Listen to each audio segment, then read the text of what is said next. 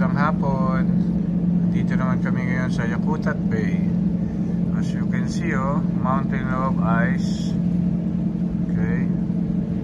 Zoom natin ng konti. Yan. Super lamig. Okay. Foggy. But, you know, this is Alaska. Just imagine kung nasa Alaska ka, no? Doon ka sa ibabaw, nag-i-ski ka. And then, yeah, with the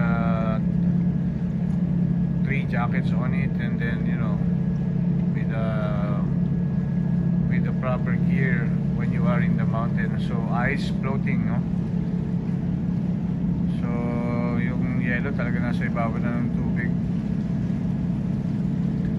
Okay, so yan ang kaganapan dito sa Alaska, Yakutat Bay. Heading sa Glacier Bay bukas.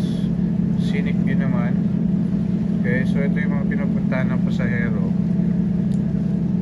dito sa Alaska.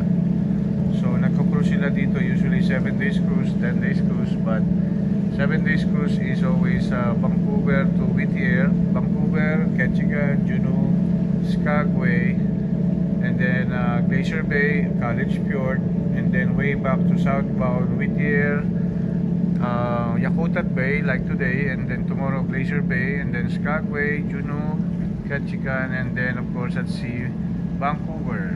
So yun yung 7 days northbound and southbound ng cruise line ng Grand Princess. Okay, so have a good day everyone, and hope you like the view and updates on my channel. Thank you, have a good day.